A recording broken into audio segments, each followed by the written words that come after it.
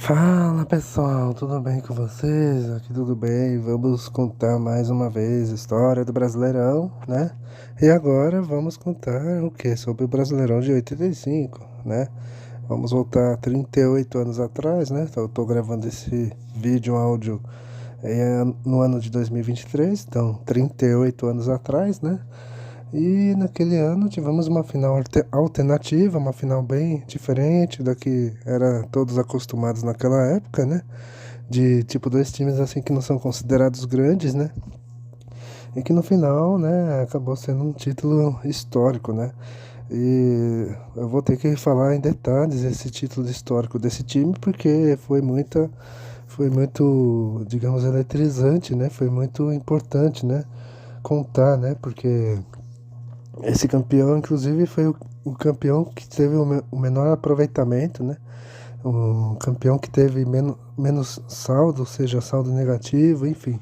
Mas tudo isso tem a ver com a trajetória, né? E vamos lá, né? Bom, começando pela fórmula de disputa. Bom, naquele campeonato era uma fórmula bem bizarra, bem diferentona do que a gente conhece hoje, né? Mas eu vou tentar explicar aqui. É, Em 85, a CBF decidiu criar um tal de ranking da CBF, ou ranking de clubes da CBF, algo assim. E com isso, ela colocava assim os 20 melhores ranqueados ali, né? Enquanto que os outros 24, né? 22 via estadual, mais dois vindos da taça CBF, a taça de prata, né, de 84, né, que formaria os 44. Portanto, teríamos 44 times, né? E vamos lá. Os 20 melhores eram os mais fortes, entenderam? Os times mais bem ranqueados, mais fortes da época, enfim, todos os grandes ali, mais alguns outros ali que tinham um certo destaque. Enquanto o resto era via estadual e a taça de prata, como eu falei. Vamos lá, 44 times, são quatro grupos, tá? Mas só que assim, dois grupos com 10 times e os outros dois grupos com 12, entenderam? Os dois grupos de 10 eram grupos A e B, que eram os 20 times lá que eu falei, que viam, né, do ranking. Já os outros 12 times, né, divididos em dois grupos, eram via estadual e aquilo lá que eu falei, a Taça de Prata 84, que era o grupo C e D. No grupo A e B, os 20 times divididos em dois grupos de 10 jogavam turno e retorno, mas assim, na primeira fase, né, no primeiro turno, e segundo turno, né, os times do grupo A enfrentavam do grupo B, entendeu? Ou seja, era aquela disputa muito louca, que tipo, os times não se enfrentavam dentro de grupo, mas enfrentavam as do outro grupo. Avançavam para a segunda fase, os quatro melhores de cada grupo, o vencedor do primeiro turno, o vencedor do segundo turno, mais os dois mais bem colocados, né, no índice técnico, ali, na soma dos dois turnos. E as outras duas chaves, né, grupo C e D, né, 24 times, divididos em dois grupos de 12. E a diferença aqui é que eles jogam dentro do grupo, em dois turnos, ou seja, diferente do A e B, que um grupo enfrenta o outro, no C e D os times enfrentavam dentro do grupo, turno e retorno. Mesma coisa do A e B, classificavam os quatro melhores, né? Os quatro, né? O campeão do turno, o campeão do retorno, mas os dois bem colocados na soma geral. Aí, né, sobrou os 16, né? Depois que passou essa primeira fase muito louca, né? Na segunda fase, os times dos 44 sobrou 16, né? E esses 16, então, são divididos em quatro grupos de quatro, ou seja, quatro quadrangulares ali, ida e volta. O campeão de cada grupo fazia um mata-mata tradicional, que aí é semifinal e final, né? Na semifinal eram dois jogos, né? Ida e volta, e na final, jogo único. Com a vantagem do time de melhor campanha de decidir em casa, né? Nesse jogo único, enfim. Acho que deu para pegar mais ou menos como que funciona o regulamento desse Brasileirão, né? Agora vamos. Agora chegamos à pauta do campeão. O campeão de 85 foi o Coritiba, né? Eu falei lá, fez o suspense antes de falar do regulamento, né?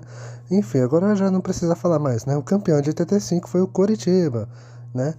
E como eu falei, tivemos a final mais alternativa, né? Entre Coritiba e Bangu, Bangu e Coritiba, né? E uma final assim muito eletrizante, né? O Bangu era um time forte na época, o Coritiba tentando ali, né, ter autoestima, vamos dizer assim, se voltar a se destacar, né, em campeonatos nacionais, estadual, então nem se fala, né? O Coritiba não ganhava um título desde 79, né? Um título estadual, enfim. E no começo dos anos 80, ali, o Curitiba tava meio num perrengue ali, né? Só jogava taça de prata, né? Depois de 80, né? Só jogou taça de prata, 81, 82. Acho que 83 o Curitiba não foi, enfim. Mas em 83 mesmo que o Curitiba começou a reagir, né? Conseguiu vaga na Taça de Ouro em 84. 84 o time até foi bem, né? Chegou até as quartas de final. Enfim, e aí em 85 o Curitiba tentando, né, usar aquele grupo ali, a base ali pra tentar alguma coisa, né?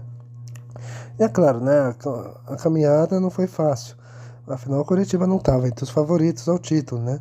Mesmo com uma base ali até sólida, um pouco, né? E os favoritos eram, né, os grandes, né, do futebol brasileiro na época, né? A dupla Grenal era a favorita, né?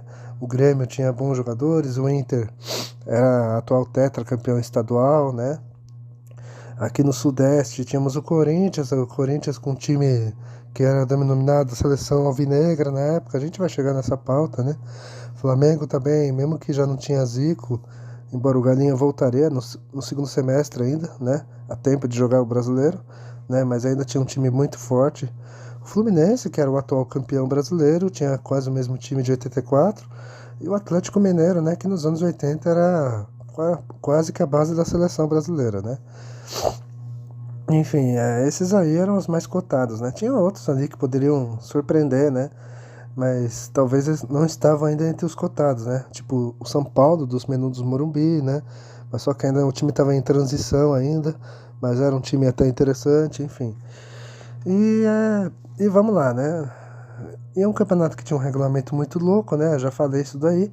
O Curitiba tinha o quê? Jogadores jovens ali começando e alguns experientes, né? O Curitiba trouxe alguns jogadores, né, novatos ali e tal, apostou na base e tinha alguns experientes. O time, para começar, trouxe o Rafael Camarota do rival Atlético, imagina, naquela época, né? Trazer do rival ia ser, se fosse hoje em dia, né, torcida do Furacão ia chiar, né? Ia ser aquela coisa de louco. E a do Coritiba, se fosse hoje, capaz que não ia aceitar, enfim, né? Naquela época, a torcida do Coxa, é claro, né? Na hora que o Rafael foi acertado com o time do Alto da Glória, imagino eu que ela deve ter ficado desconfiada, né? Porque jogou no rival Atlético, né? E o Rafael, quando jogava Atletiba, defendendo a camisa do Furacão, né? Gostava de provocar, né? Enfim. E quando ele chegou no dia de para assinar o contrato no Curitiba, ele chegou e disse, né, o Rafael, eu vim aqui para ser campeão brasileiro. Ou seja, deixou todo mundo assim, tipo, oxe, o cara tá louco, né? Como assim, né? E o Rafael sempre fala, né, que ele veio, não tava para brincadeira, né, que ele veio mesmo para ser campeão, que acreditava, né? Enfim. Ele sempre conta aí, né, quando ele participa aí dos programas, da reportagem, enfim, né? E vamos lá, né? A caminhada do Coritiba começa bem, né? O time estreia em casa contra o São Paulo, né? São Paulo de Miller, Careca, Silas, Pita, né? Aquele timaço lá. E o time estreia bem, mete 3-1 no Couto Pereira, né? Uma boa estreia. Depois, 3 dias depois, de novo em casa, vence o Cruzeiro por 2-1. E aí o Alviverde tem que jogar duas fora, né? E aí perde as duas, né? 3-0 pro Vasco e 2-1 pro Bahia. Após o jogo contra o Bahia, o Coritiba estava com o técnico Dino Sani no cargo, só que aí o Dino aceita uma proposta lá das Arábias, né? Na época as Arábias tinham até uma certa força, não que nem agora, atualmente, mas até tinha, né? E deixa o Coritiba, né? E aí o Dirceu Krieger, né? Que sempre foi aquele cara né, pra tampar buraco, dirigiu o time num empate sem gols contra o Goiás em casa. Ou seja, em 5 jogos o Coritiba começou bem, né? Mas depois veio duas derrotas, aí o Dino saiu. E aí mais um tropeço, aí um empate em casa. Aí a diretoria nesse período tinha acertado com um técnico mesmo, né? Um técnico de ponta, né? O senhor Enio Andrade. Enio Andrade, aquele mesmo, né? O gaúcho Enio Andrade, que Em 79 tinha ganho um título invicto com o Internacional e 2 anos depois deu um título brasileiro pro Grêmio, né? E tinha uma bagagem já no futebol, né? E o Enio, né, digamos que era o grande pilar, né, desse time, né? Ele viria a ser logo depois, né, meses depois.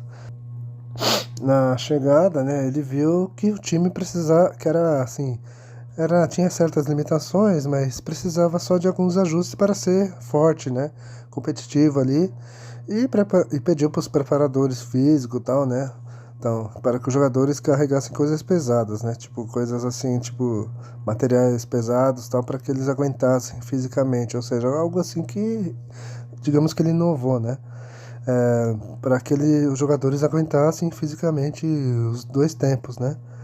É, e o homem não só estava pensando, não só para esse Brasileirão, como para o ano todo, ou seja, ele não estava ali pensando em título, né? Mas tipo, o que der para ir longe a gente vai, mas o ideal é chegar bem fisicamente. Então aí a estreia do Enio foi contra o Flamengo no Couto, né? O time perde do Flamengo de 1-0, num jogo muito polêmico, com o juiz deixando a desejar, né? Não deram um pênalti claro pro Coritiba e ainda deu um pênalti duvidoso pro Flamengo, né? Enfim, a torcida do Coxa ficou revoltada, né? Enfim, e, enfim, a estreia não foi boa, mas aí no sétimo jogo, né? A segunda do seu Enio, né? Foi a pior derrota do time no campeonato, né? O Coxa era surrado pelo Inter de Porto Alegre, lá no Beira-Rio, 4-0, né? E 4-0 assim que ficou barato, viu? Era pra ter sido bem mais, né? Foi a pior derrota do Coritiba naquele campeonato. E o time seguiu mal, né? Perdeu depois para Portuguesa em São Paulo, né? E aí o time tava mal, né? Somando a classificação do turno, né? Para ser pelo menos campeão de turno. Tipo, ia ser muito difícil, né? Acho que já não tinha mais chance praticamente, ou seja, teria que reagir no segundo turno. Mas continuando, né? No penúltimo jogo, o Coritiba até vence o Náutico em casa, 2-0. Mas só que não tinha muito o que fazer, né? O time perdeu do Santos na Vila e termina o campeonato, né? O primeiro turno muito mal. Ficou em oitavo lugar, né?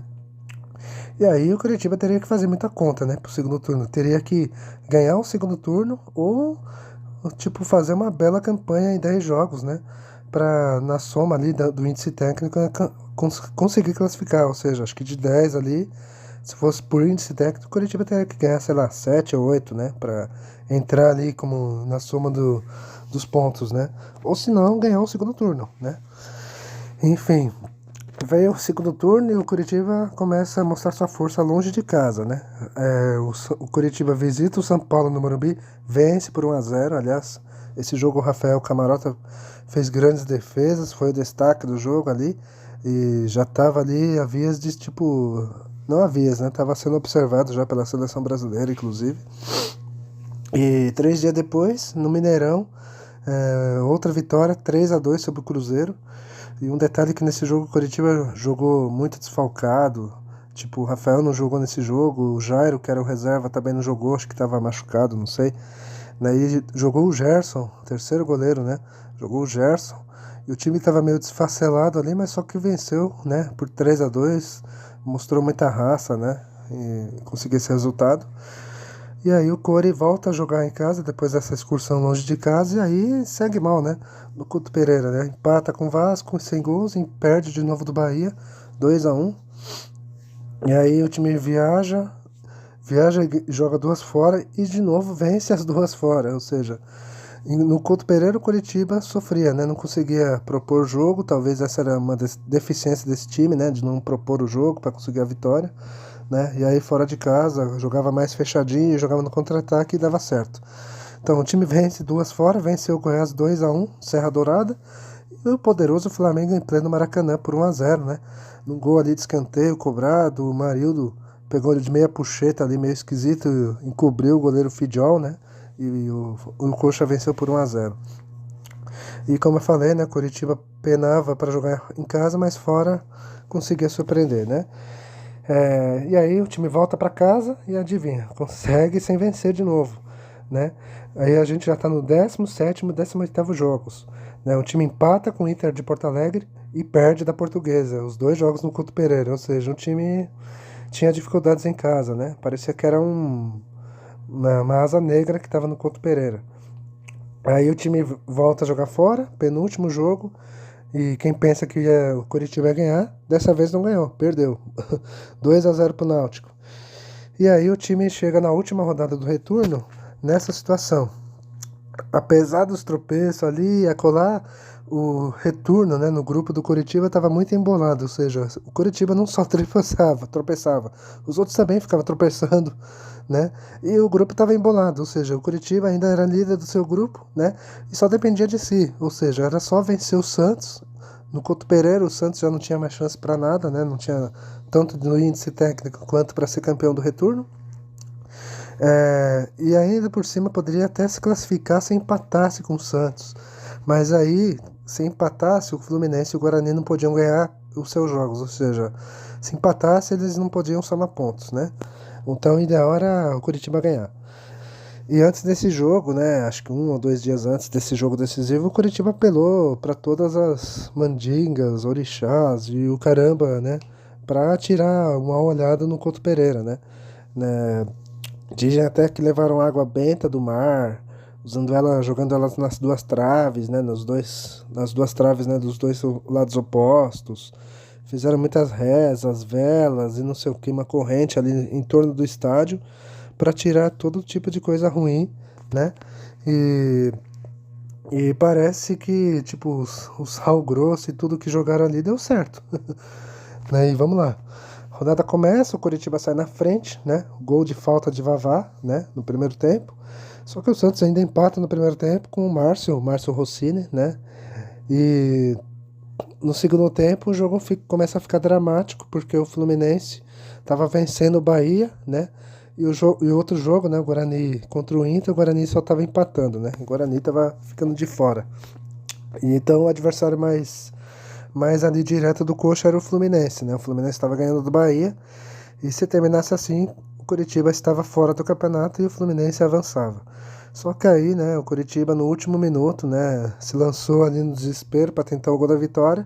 E no último lance, aos 45 minutos, o Dida faz um cruzamento, o Marco Aurélio tenta dominar, mas a bola chega, mas o Lela chega ali chutando ali de todo que é jeito ali, né, ali no meia-lua ali lado direito, né, lado esquerdo no ataque, né, das cabines, né? E faz 2-1 pro Coxa, explodindo o Alto da Glória. A torcida que tava ali meio tensa ali, explodiu, né? Vibrou demais. O Lela saiu comemorando com a careta dele, se jogando ali no perto ali da pista, né? Na época existia uma pista ali de atletismo, né, do Couto, né? Se você pegar vídeos antigos, vocês vão reparar isso. Enfim.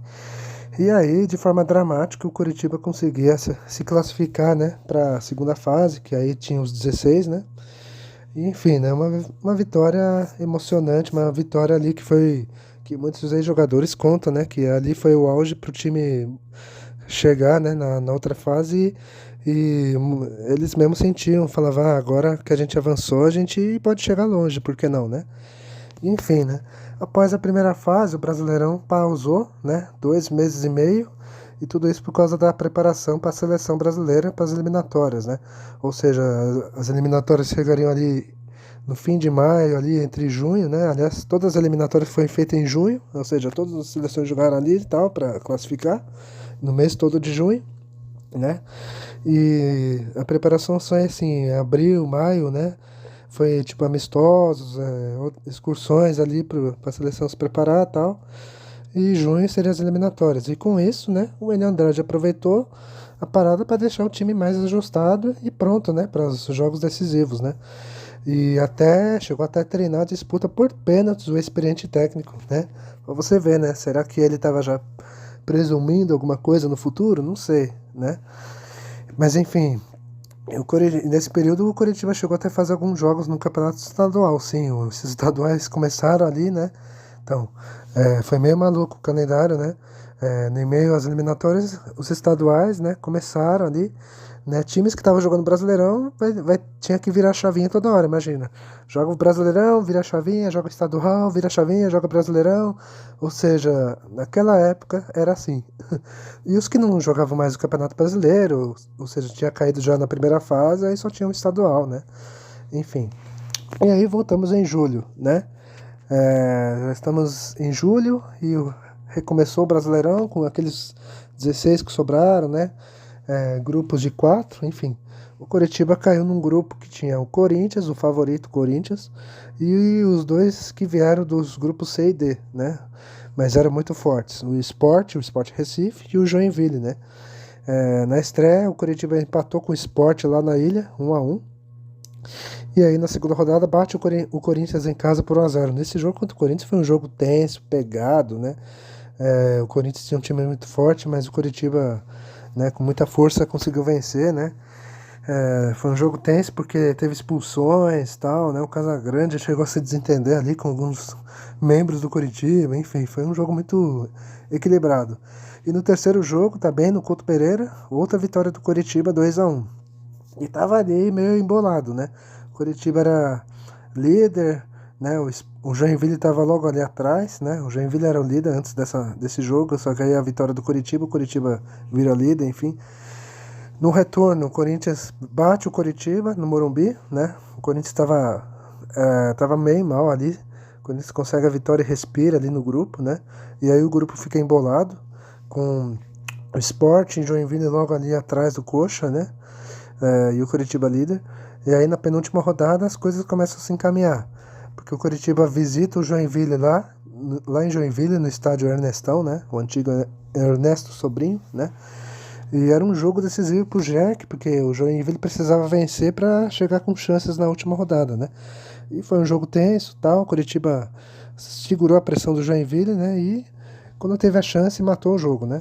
E venceu o jogo por 1-0. E foi aquele gol, né? Tipo, o Rafael recebeu a bola ali, deu um chutão lá pra frente, né? O Lela ganhou a disputa e viu o goleiro do Joinville saindo desesperado e deu um toque por cima e fez o gol. Com o resultado, né, e com os outros resultados ali entre Sport e Corinthians, né, o Joinville só precisava, perdão, o Coritiba só precisava de um empate contra o Sport na última rodada, ou seja, um empate no Couto Pereira já era o suficiente para o Coritiba, enquanto que o Sport precisava vencer.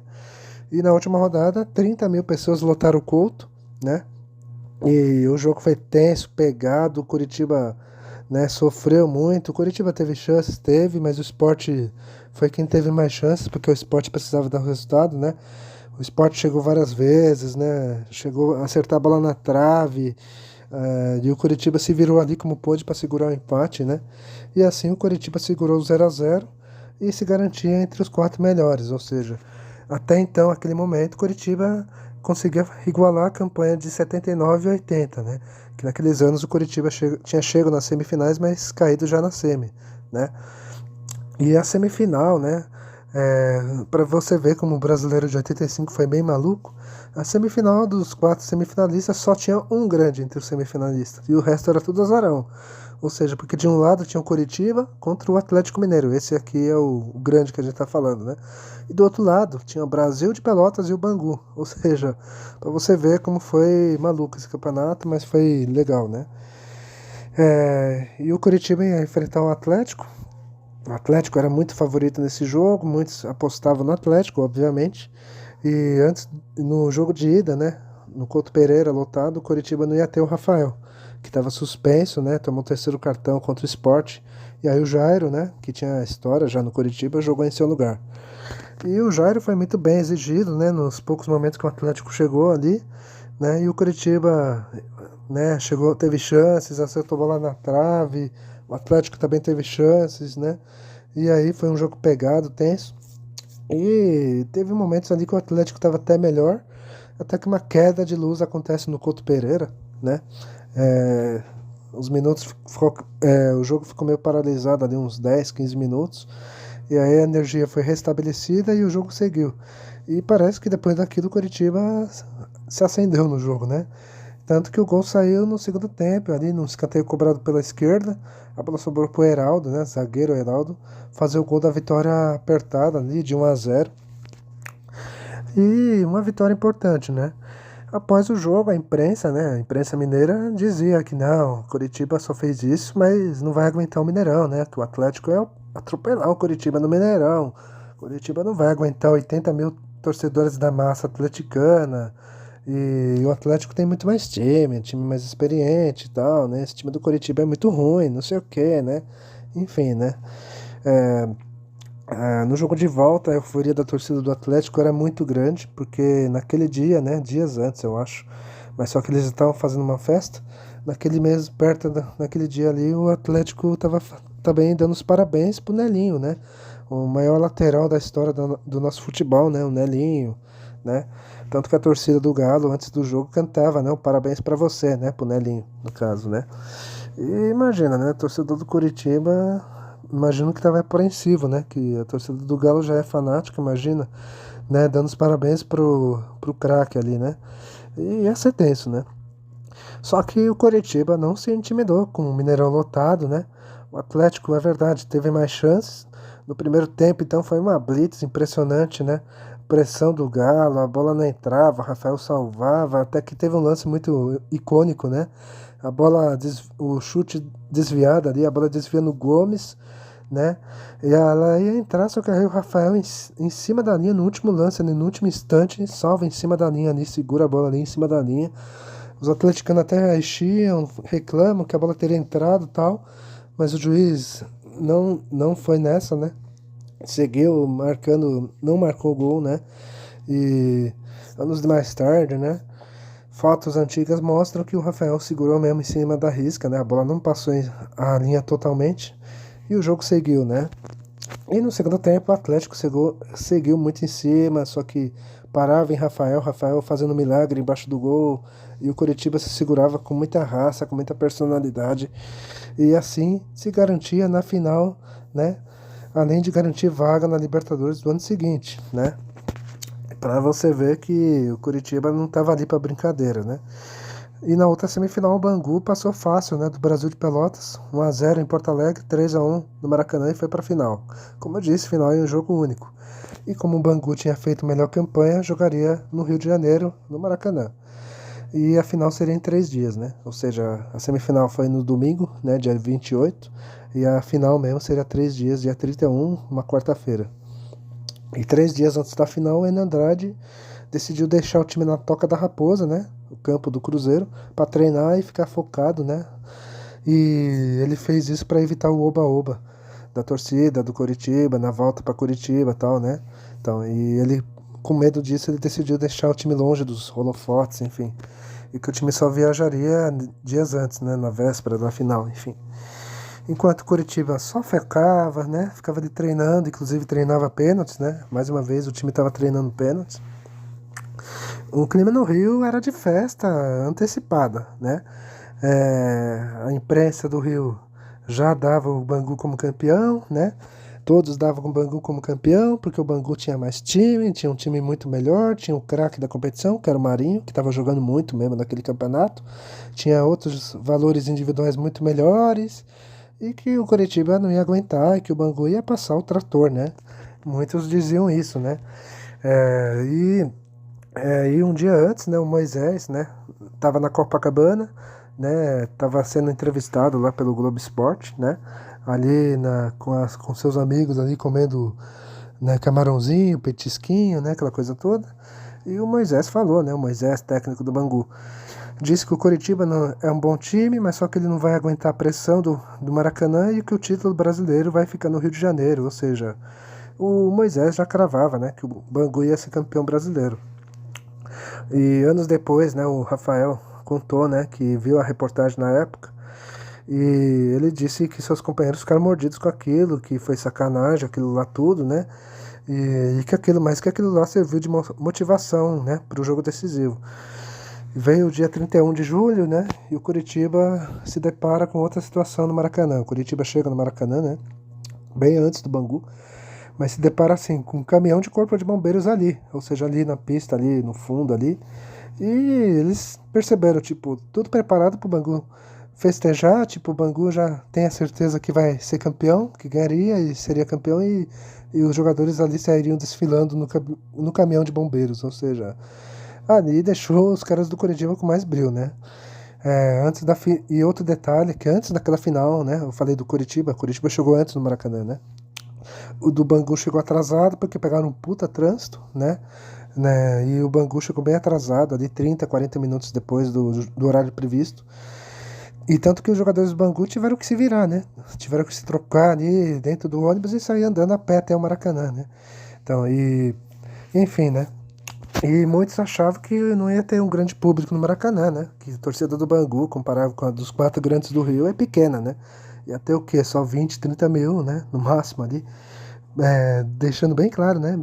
20, 30 mil quebrado, vai, quebrando ali, vai. Só que não, né?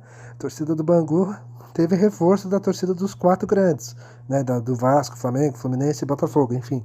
E aí tivemos 90 mil pessoas, ou até mais do que isso, né? O Rafael Camarota, inclusive, fala que teve mais de 90 mil, né?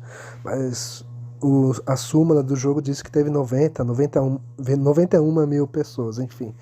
E o Maracanã estava lotado, uma festa muito bonita da torcida do Bangu, né? Com os cânticos lá do carnaval, né? Que teve a escola do Padre Miguel, né? Que na época era também comandada pelo Castor de Andrade, né? E as músicas também eles usavam para cantar, para incentivar o time, enfim. Tava bonita a festa, né? E o jogo começou perto das 10 horas da noite.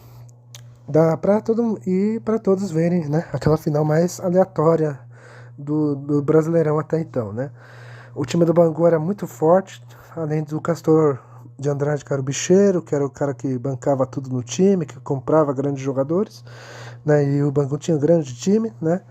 E como eu falei, tinha Marinho, tinha o Ado, que estava se destacando muito bem, tinha o Lulinha, tinha o Mário, né? Enfim, era um time forte.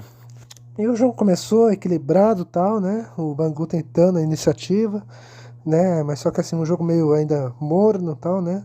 Até que aos 26 minutos, uma falta pro Coritiba, né? O Índio enche o pé e marca um golaço mesmo. Se vocês pegarem os vídeos aí dessa final, vocês vão ver um golaço no ângulo do goleiro Gilmar, um golaço, né? E aí, detalhe, né? O Índio não marcava fazia vários jogos, imagina. Né? Acho que a última vez que ele marcou foi, acho que lá na primeira fase, lá atrás ainda. E aí ele foi marcar justamente na final, quer dizer, voltou a ser decisivo na final. O Curitiba sai na frente, só que o Bangu não demorou muito a empatar. O Bangu, minutos depois, pressionou e empatou minutos depois com o Lulinha, né? No escanteio ali cobrado, a bola afastada ali parcialmente, um bate-rebate até que o Lulinha pegou de primeira, a bola desviou ali, enganou o goleiro Rafael e entrou no canto, 1-1.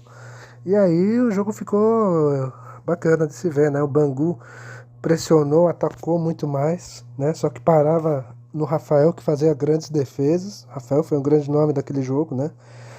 E o Coritiba pouco atacava, né? E o Coritiba viu que não tinha muito o que fazer, resolveu, vamos segurar esse jogo para ir para os pênaltis, né? Porque o time dos caras é muito melhor, né? E no segundo tempo o Bangu seguiu atacando, Rafael fazendo milagre e tal, né? E perto do fim do jogo, ali aos 38, 39, o Bangu chega a marcar um gol com o Marinho, né? O Bangu, os jogadores comemoram, extravasavam e tal, mas só que aí, porque o Bandeirinha foi até pro meio, né? Só que aí o Romualdo Arpe Filho, né? O juiz, anula o gol alegando impedimento do camisa 7, né? Até hoje os jogadores do Bangu, né, ex-jogadores no caso, a torcida do Bangu reclama desse gol impedido, muitos falam que não estava impedido, outros falam que estava, enfim. É meio difícil saber, né, pelas imagens da época, né, dos vídeos da época, não dá para saber com precisão se ele estava mesmo impedido ou não. Mas se o Romualdo marcou, né, que estava impedido, né, enfim, não dá para saber. É um lance meio duvidoso até hoje, mas enfim, né. E anulou o gol, né? E aí teve prorrogação e tal, o Bangu ainda tentou, mas já parecia cansado, né? Não tava mais com aquele ímpeto. Os dois times pareciam cansados mesmo, e aí o jogo terminou empatado também na prorrogação, e aí vamos para a disputa de pênaltis. Depois de 7 anos, 8 anos, tivemos disputa de pênaltis. A última vez foi no Brasileiro de 77, que terminou em 78, né? Entre Atlético e São Paulo. E nas primeiras 5 cobranças, todos os jogadores fizeram muito bem as suas cobranças, né? Bangu fez 1-0, Curitiba empatou, Bangu fez 2-1, Curitiba empatou, Bangu 3-1, 3-2, 3-3, 4-3, 4-4, 5-4, 5-5. Ou seja, todo mundo cobrou bem, 100%, né? E aí chegamos nas alternadas, né? E aí veio o Ado, né, que estava sendo o grande destaque daquele time, né? O Ado desloca muito o Rafael, né? Chuta, só que ele chuta para fora, pro lado direito ali. E aí bate o desespero no Ado, ele fica desolado ali no campo, né? Enfim. E aí era Gustavo Gomes do Coritiba, o campeão de 78 pelo Guarani, né? O único campeão era ele, né? Ele já tinha sido campeão. Gustavo Gomes, o zagueiro, bateu o pênalti e saiu para o abraço. Ele fez, né? Encheu o pé, fez 6-5 pro Coxa e decretou ali, né? Meia-noite, 38 da madrugada do dia 1º de agosto. Coritiba, campeão brasileiro de 85, né? Um título muito festejado pelos jogadores, né? Porque tripudiaram deles, né? Antes do jogo, né? Todo mundo achava que o Bangu ia ganhar fácil, mas só que a resposta foi no campo, né?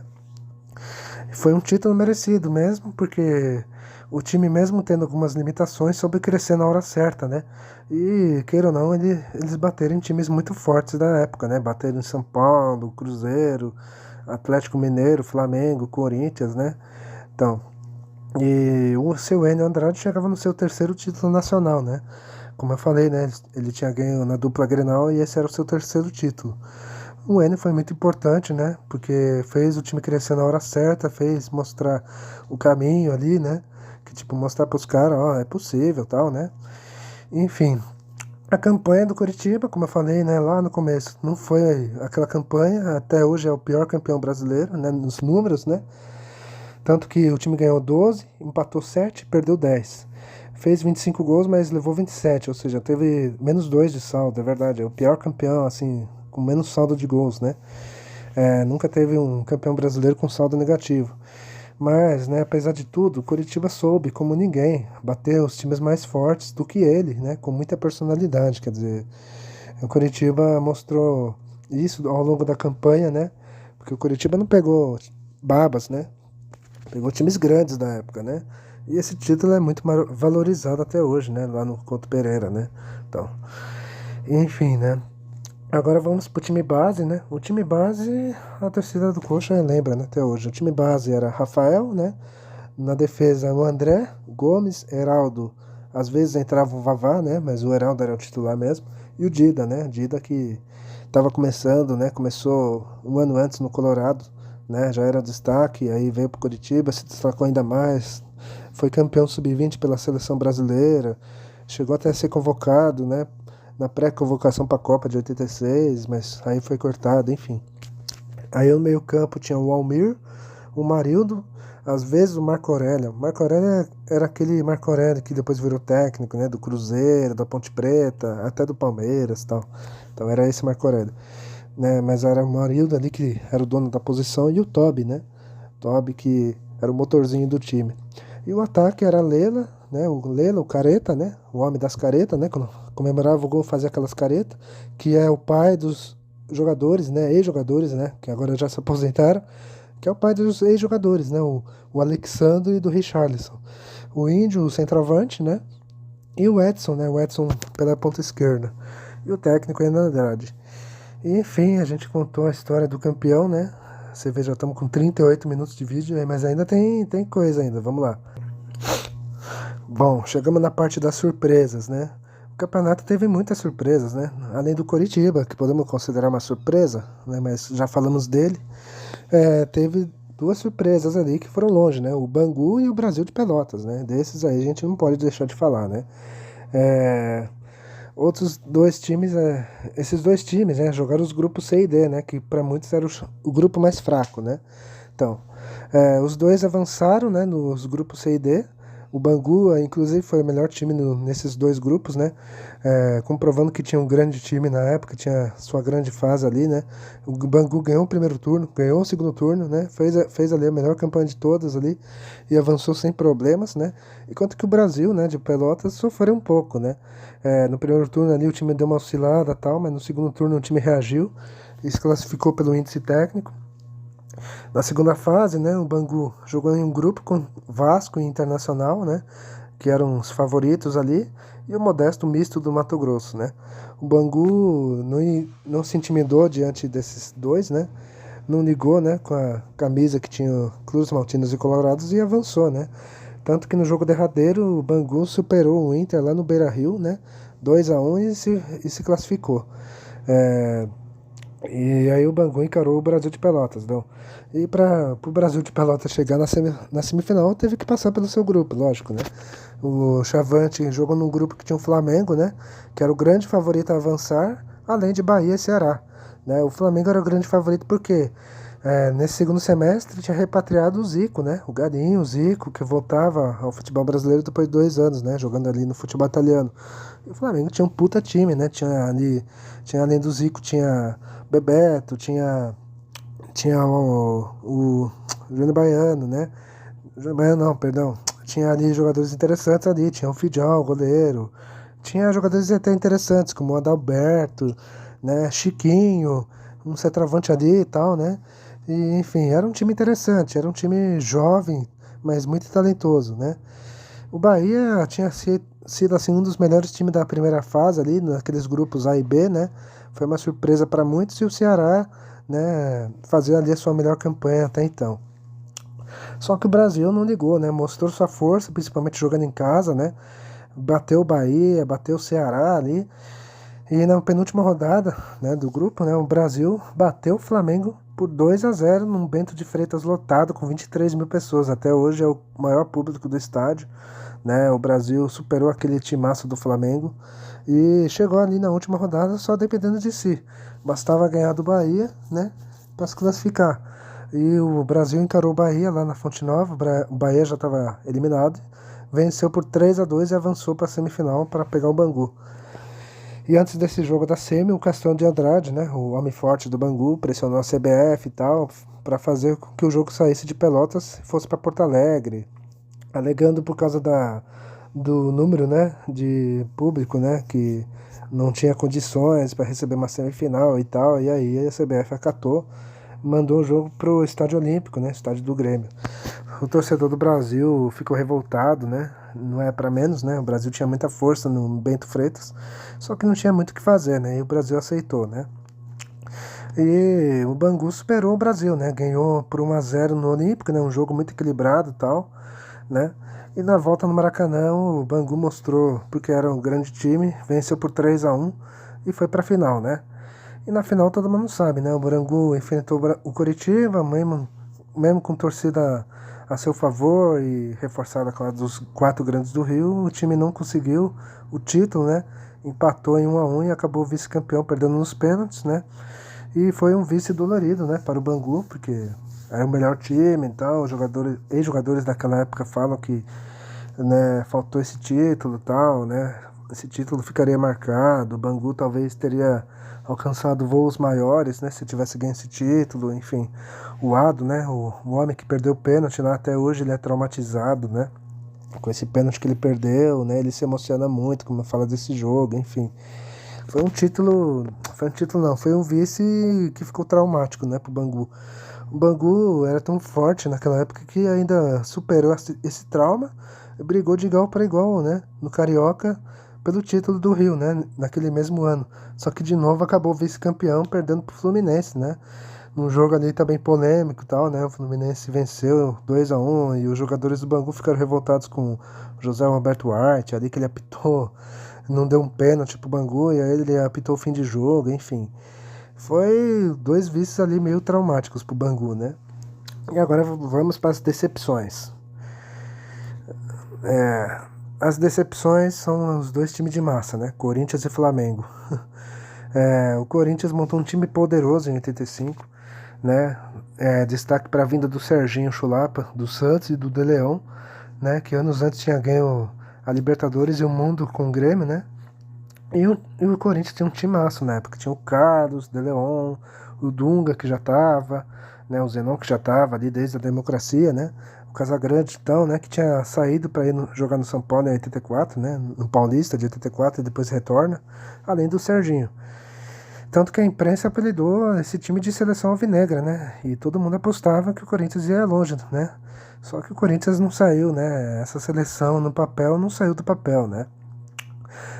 No turno e retorno o Corinthians oscilou, né? Fazia ali alguns jogos razoáveis, outros nem tanto, mas mesmo sem empolgar o time conseguiu avançar, né?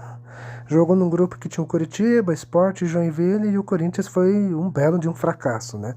Inclusive acabou sendo lanterna do grupo, para você ver que esse time decepcionou mesmo, né? Uma decepção muito grande, né? Que para um time que prometia muito, mas não entregou nada, né? Outro time que decepcionou, mas, né, foi o Flamengo, né? O Flamengo tava, como eu falei aqui, mencionei, né? Tava com um time cheio de jovens talentosos, né? Algumas apostas ali. E ainda assim era um time favorito, né? Na primeira fase, o Flamengo ganhou o primeiro turno, né? No segundo turno, o time seguiu forte ali e tal. Inclusive, meteu goleadas históricas, tipo, meteu um 7-0 no Santa Cruz e um 6-1 no Botafogo. Ou seja, em 81 o Flamengo tinha metido 6, né, no rival. E 4 anos depois mete outra vez 6, né? Só que 6-1. Antes desse jogo, inclusive, o Botafogo provocou o Flamengo, né? Falando que o Flamengo tremia de medo pro Flamengo. Que o que o Botafogo provocou o Flamengo, dizendo que o Flamengo tremia pro Botafogo, não sei o quê, blá, blá, blá, blá. Enfim. E isso serviu de combustível, né, pro Flamengo, né? O Flamengo saiu até perdendo do jogo, só que aí o time virou com maestria, né? Meteu 6-1 ali, o Chiquinho jogou muito, o Adalberto fez gol, enfim, todo mundo fez gol ali. E depois provocaram o Botafogo, né? Até o Zagallo, né? Provocou o Botafogo no vestiário, botou ali um papel higiênico ali de 6-1 ali, né? E os jogadores do Flamengo falaram, os papéis higiênicos ali é pros botafoguenses enxugar as lágrimas, enfim. Era muito raiz, né, naquela época, né? As provocações, enfim. É, seguindo, né, na segunda fase o Flamengo ficou mais forte, porque o Zico retornava o seu retorno, né? A Gávea, né? Como a gente já falou ali, né? Então, na parte ali do Brasil de Pelotas, né? Enfim. E o Flamengo parecia que ia passar fácil do grupo, né? Que tinha Brasil, Bahia e Ceará. Só que o time, né, fracassou nesse grupo, né? Chegou na última rodada precisando vencer o Ceará e torcer para a derrota do time do Brasil pro Bahia. E só que não aconteceu nada, né? O Flamengo só empatou com o Ceará e deu adeus de forma precoce, né? E enfim, né? Vamos para a parte do jogão. Estamos com 47 minutos de vídeo. Nossa, esse vídeo vai ser longo, hein? Mas espero que vocês gostem. E o jogão vai ser lá na primeira fase. Um clássico, choque rei. Esse não tem como, né? Um jogo que marcou naquele campeonato foi entre Palmeiras e São Paulo, né? Os dois times não foram longe, né, naquele campeonato. Já caíram, inclusive, na primeira fase, né? Tanto Palmeiras como São Paulo. O Palmeiras vivia uma seca de títulos, né? Não ganhava um título desde 76, né? Enquanto tava um time até bom, mas tinha muitas limitações. Já o São Paulo, né? Tava montando a base daquele timaço, dos menudos, que ia ganhar o Paulista naquele ano, naquele mesmo ano, né? No segundo semestre, além de outros títulos, né? Em 86, 87, enfim. E o jogo foi num Pacaembu, né? Que não estava tão lotado. E foi um grande jogo, né? O São Paulo sai na frente com o Oscar, né? Aí o Palmeiras. Não. São Paulo sai na frente. Falei errado aqui, desculpa. O São Paulo começa com tudo, acerta a trave e tal. Só que aos 11 minutos o Pacaembu viu um dos belos gols, né?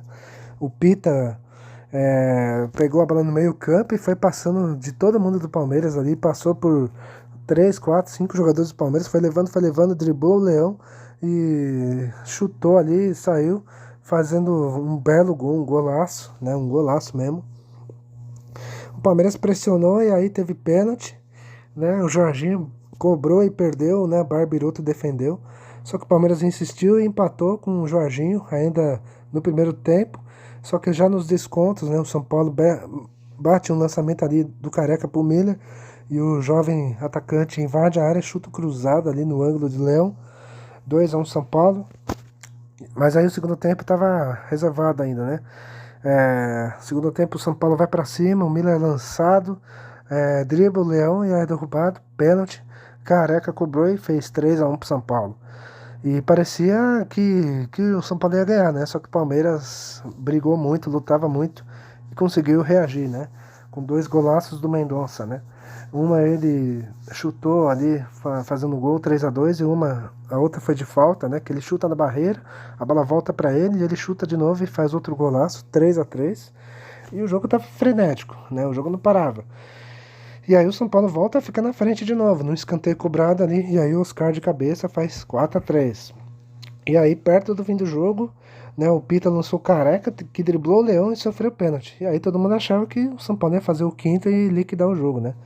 Só que aí o Careca no pênalti chuta a bola, caprichosamente ela bate no travessão, né? E aí, né, no que bate no travessão, a bola volta pro time do Palmeiras. Eles vão à frente pra tudo ou nada, tocam a bola de pé em pé, se matam dentro de campo, até que eles dão um lançamento lá da defesa pro ataque, né? A bola é jogada, o Wagner Bacharel escora de cabeça, e aí o Ditinho, quase na segunda, na marca do pênalti, ele perto da linha de fundo, se estica e empata o jogo, 4-4. Um jogaço, né? Um dos melhores jogos daquele campeonato, sem dúvida, e um dos grandes choque reis, né, da história, né? E foi um grande jogo. E, enfim, esse foi o jogo que eu decidi eleger como o melhor daquele campeonato. E é isso, né? Bom, gente, e é isso, né? Já falamos muito, nossa, 50 minutos de vídeo. Espero que vocês tenham gostado. Contamos a história, foi longa, né? Porque foi muito detalhado mesmo. Espero que vocês tenham gostado. Deem like, compartilhem o vídeo, curtem, né? Deixe comentários aí no vídeo. Deixe alguma coisa comentada nos vídeos, o que acabei esquecendo, enfim, que é importante. Espero que vocês tenham gostado. Eu vou encerrando por aqui e tchau, falou, até a próxima.